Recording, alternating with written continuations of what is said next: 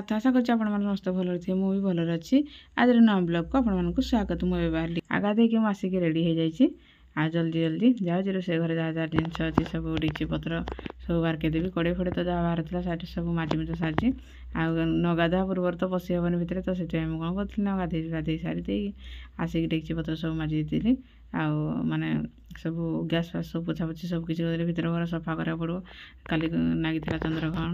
ତ ମୁଁ କାଲି ଆଉ ରୋଷେଇ କିଛି କରିନଥିଲି, ଖାଲି ରୁଟି ତରକାରୀ କରିଦେଇଥିଲି। ତ ଆମେ ରୁଟି ତରକାରୀ ଖାଇ ଦେଇଥିଲୁ। ଆଉ ଯାହା ଥିଲା ସବୁ ତୋରାଣି ପାଣି ସବୁ ବାହାରକେଇ ବୁକା ଦେଇକି ଏବେ ମୁଁ ସବୁ ସଫାସୁଫି କରିଦେଉଛି।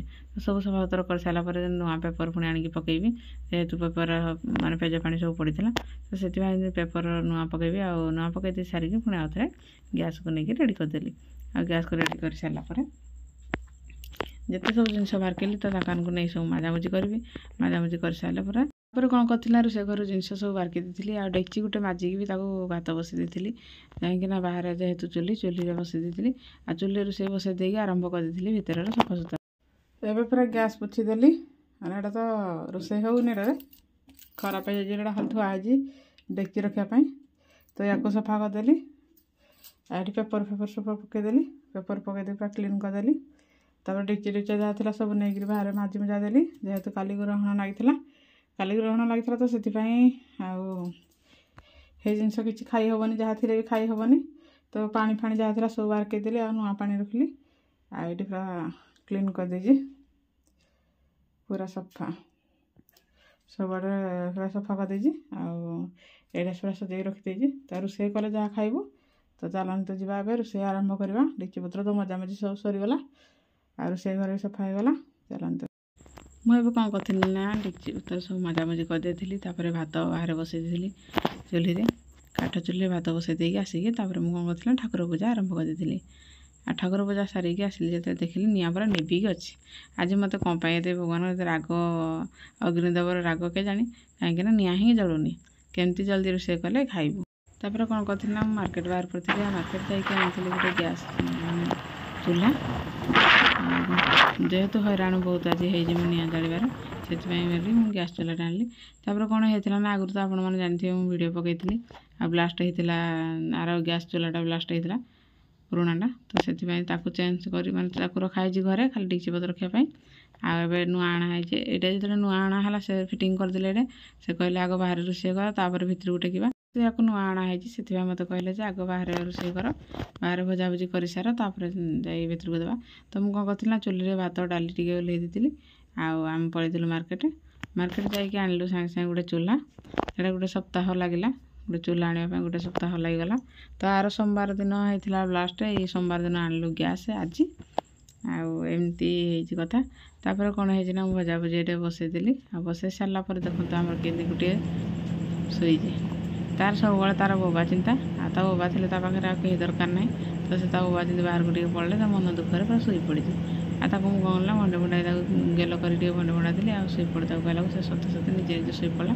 ମୁଁ କହିଲି ବୋବା ଆସନ୍ତୁ ତ ଗାଡ଼ିରେ ବୁଲିବେ, ଆଉ ତୁ ପୁଅ ଶୋଇପଡ଼। ସତେ ସେ କ'ଣ କଲା ନା ଶୋଇପଡ଼ିଲା। ଆଉ ସେ ଟିକେ ବାହାରକୁ ଗଲେ ଭାରି। ତ ତା ବାବାକୁ ନ ଦେଖିଲେ ସେ ପୁରା ବଣା କାନ୍ଦି ପକେ। ମୁଁ କ'ଣ କରିଥିଲି ନା ଭଜା ବସାଇଥିଲି, ତ ଆଉ ଥରେ ଆସିକି ଦେଖିଦେଇଥିଲି। ଆଉ ଭଜା ଆମର ଠିକ୍ ଠାକ୍ରେ ହେଲା କି ନାହିଁ।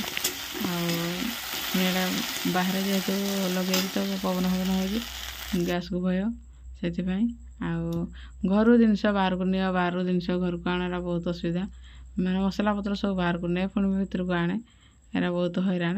ତ ସେଥିପାଇଁ ବୋଲି ମୁଁ କ'ଣ କରିଥିଲି ନା ଆଳୁ ବୁଟ ତରକାରୀ କରିଥିଲି। ଆଉ ଅଳ୍ପ କିଛି କରିଦେଇଥିଲି।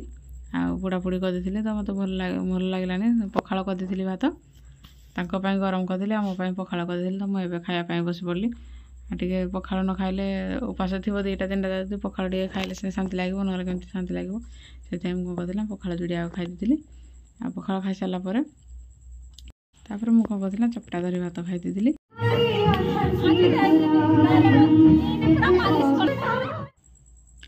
ତାପରେ ଆମ ସାହି ଛୁଆମାନେ ଜହ୍ନି ଓଷା କରିବେ ବୋଲି ସେମାନେ ଏଠି ପୁରା ସଜେଇ ସୁଜାକି ରେଡ଼ି କରିଦେଇଥିଲେ। ତାପରେ ମୁଁ ଟିକେ ଯାଇଥିଲି ଟିକେ ଦେଖିବା ପାଇଁ। ଆଉ ମୁଁ କହିଲି କେଉଁ ଜାଗା ଗଲାଣି ବୋଲି ଯାଇଥିଲି ଦେଖିବା ପାଇଁ। ତ ସେମାନେ ସବୁ ଭୋଗ ଫୁଲ ଫୁଲି ସବୁ ଆଣିକି ରେଡ଼ି କରୁଥିଲେ। ଆଉ ତାଙ୍କମାନଙ୍କ ସହିତ ଟିକେ ମଜା ଥଟ୍ଟା କଲେ। ଆଉ ସେମାନେ ଗୀତ ବଜେଇକି ଛୁଆମାନେ ବି ଡ୍ୟାନ୍ସ କରୁଥିଲେ। ଆଉ ସଜାସଜି ସେମାନେ ଆରମ୍ଭ କରିଦେଇଥିଲେ। ମୁଁ ପଳେଇ ଆସିଲି ଟିକେ ପୁଣି ଘରକୁ। ଆଉ ଘରୁ ଆସି ଯେତେବେଳେ ଆଉ ଥରେ ଗଲି ଦେଖିଲେ ସେତେବେଳେ ଭୋଗ ବଣ୍ଟା ହେଇସାରିଲାଣି। ଆଉ ଭୋଗ ଖାଇବା ପାଇଁ ପିଲାମାନେ ସମସ୍ତେ ଭୋଗ ଖାଇବା ପାଇଁ ରେଡ଼ି ହେଇଗଲାଣି। ମୁଁ ବି ଭୋଗ ଖାଇଲି ଆଉ କିଛି ଭୋଗ ଘରକୁ ବି ଧରିକି ଆସିଲି ତାଙ୍କ ପାଇଁ। ଆଉ ଧରିକି ଆସିଲା ପରେ ତାପରେ ଆରମ୍ଭ କରିଦେଲି ମୁଁ ଭାତ ରୋଷେଇ। ସକାଳେ ଯେହେତୁ କରିଥିଲି ମାଣି ଚାଉଳ ତ ସେଥିପାଇଁ ବୋଲି କାଲିକି ଆଉ ପଖାଳ ହେବନି। ତ ମୁଁ ଭାବିଥିଲି ରୁଟି କରିବା ପାଇଁ, ସେ ନାହିଁ କଲେ ଆଜି ଭଲ ଲାଗୁନି ଉପାସ ରହିକି ଆଉ ରୁଟି କରିବାନି, ଆଜି ପଖାଳ କରିଦିଅ, କାଲି ସକାଳେ ବି ପଖାଳ ଖାଇବା, ଆଜି ରାତିରେ ବି ଖାଇଦେବା। ମୁଁ କହିଲି ଠିକ୍ ଅଛି। ତାପରେ କ'ଣ କରିଥିଲି ନା ଆଜି ପାଇଁ ଆଉ ମାନେ କାଲି ସକାଳ ପାଇଁ ବୋଲି ଆଉ ଥରେ ମୁଁ ରୋଷେଇ ବସେଇଲି। ଆଉ ଏବେ ରୋଷେଇ ବସେଇ ଦେଇଛି ଭାତ ଆଉ ଡାଲି, ତାପରେ କିଛି ଭଜା ଟିକେ କରିଦେବି, ସେଥିରେ ଯାହା ହେଇଗଲା। ଆଉ କିଛି ନାହିଁ, ଆଉ କିଛି କରିବା ପାଇଁ ବି ମୋତେ ଟାଇମ୍ ନାହିଁ। ଯଦି ଆଜିର ବ୍ଲଗ୍ଟି ଆପଣମାନଙ୍କୁ ଭଲ ଲାଗିଥାଏ ତ ଲାଇକ୍, ସେୟାର, ସବସ୍କ୍ରାଇବ୍ ନିଶ୍ଚୟ କରିବେ, କମେଣ୍ଟ କରିବାରୁ ଜମାରୁ ଭୁଲିବେନି। ଏରେ ହେଉଛି ବାଏ। ବ୍ଲଗ୍ଟି ଦେଖୁଛନ୍ତି ଫେସବୁକ୍ରେ ତ ଲାଇକ୍ କରିବେ, କମେଣ୍ଟ କରିବେ, ସେୟାର କରିବେ, ଜମାରୁ ଭୁଲିବେ ନାହିଁ। ଆଉ ଯଦି ଆପଣମାନଙ୍କ ଭିଡ଼ିଓଟି ଭଲ ଲାଗିଥାଏ, ମୁଁ ୟୁଟ୍ୟୁବରେ ଭିଡ଼ିଓ ପକାଇ ତ ଭିଡ଼ିଓ କ'ଣ ପାଇଁ ସପୋର୍ଟ ନେଉନି ମୁଁ ଜାଣିପାରୁନି, ୟୁଟ୍ୟୁବ୍ ସପୋର୍ଟ ନେଉନି। ତ ଯେଉଁମାନେ ଜାଣିଥିବେ ମୋତେ କମେଣ୍ଟରେ ନିଶ୍ଚୟ ଜଣାଇବେ ଦୟାକରି।